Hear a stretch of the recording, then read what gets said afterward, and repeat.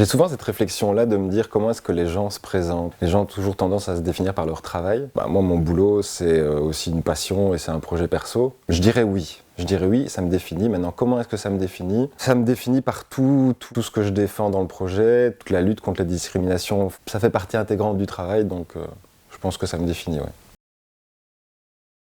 En changeant de boulot, justement, je pense que j'ai beaucoup changé, fait beaucoup d'introspection, j'ai beaucoup réfléchi à moi-même, j'ai déconstruit beaucoup de choses. Je pense que si je n'avais pas fait ce travail-là, je ne serais pas la personne que je suis aujourd'hui. Et je pense que cette déconstruction-là fait aussi qu'elle se crée aussi via les rencontres. Et les rencontres que je fais dans le boulot actuel font que tous les jours, c'est un questionnement et c'est hyper intéressant de pouvoir à chaque fois se poser les questions chaque matin et de revenir sur tout ce qu'on est. Je pense que la déconstruction, c'est quelque chose du quotidien, oui, parce que c'est en déconstruisant le quotidien qu'on va réussir à déconstruire quelque chose de plus global et de plus large. C'est autant sur le plan personnel que sur ses envies, ses idées, son militantisme, parce que la construction et la déconstruction, c'est aussi s'approprier les choses. Comment on va s'approprier un genre, une sexualité, un militantisme, un combat. C'est un tout global et je pense que oui, c'est quotidien finalement. L'identité. Je dirais pas que ça nous définit, mais en tout cas, ça dessine les contours des gens. Que ça soit une identité de genre, une identité sexuelle. J'aime pas me définir par une identité de genre ou sexuelle. Je dirais plus que ça définit nos actions, encore une fois, nos envies, nos besoins. Je dirais plus que c'est une énergie, une couleur, qu'une case en fait. J'aime pas les cases, j'aime pas les étiquettes. J'espère pouvoir répondre à cette question dans une dizaine ou une vingtaine d'années ou plus. Là, je pourrais te répondre de manière plus précise, mais c'est seulement en regardant dans le rétroviseur, je pense. Ouh, gros sujet ça. Je pense que c'est un combat quotidien aussi. Est-ce que j'y crois? En tout cas, je fais tout pour y croire et j'essaye de mettre des choses en place pour que moi j'y croie et que d'autres y croient aussi. C'est jamais un acquis, c'est quelque chose qui bouge tout le temps. J'y crois aujourd'hui, je sais pas si j'y croirai demain, mais en tout cas, j'ai envie d'y croire sur le long terme.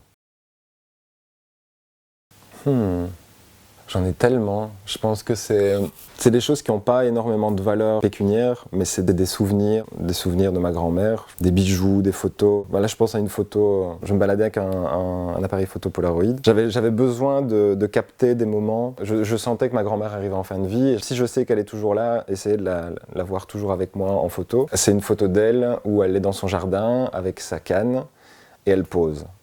Et je trouve que ça la définit tellement bien.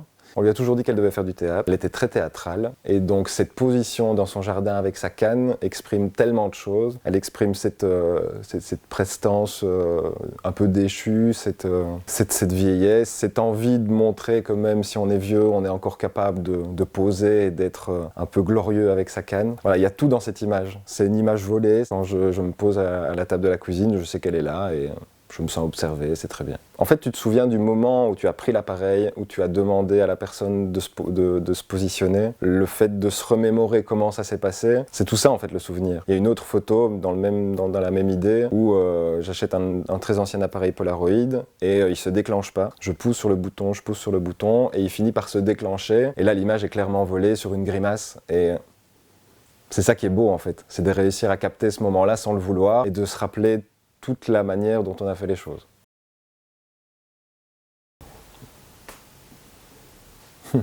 Je pense que ça reste quand même ma grand-mère. J'ai été élevé par elle et c'était une relation très fusionnelle. Donc je pense aussi à la mort. Pour moi, c'est pas une fin en soi. Enfin, j'ai jamais eu de rapport conflictuel avec la mort ou quoi que ce soit. Donc quelqu'un que j'aime le plus, ça peut être quelqu'un qui physiquement n'est plus là, mais elle est toujours là, elle est toujours autour de moi, elle se balade, elle doit sûrement être là dans un coin en train de rigoler ou de penser à plein de choses. Mais oui, elle est toujours là et c'était un amour inconditionnel. Voilà, je pense que ça reste la personne la plus importante. En tout cas, c'est la personne qui m'a transmis le plus de choses et qui m'a élevé et qui a fait ce que je suis aujourd'hui. Donc je pense que par respect pour tout ce que ça a créé, ça restera jusqu'au bout. Il n'y a pas un jour où j'y pense pas, donc je pense que c'est elle, ouais.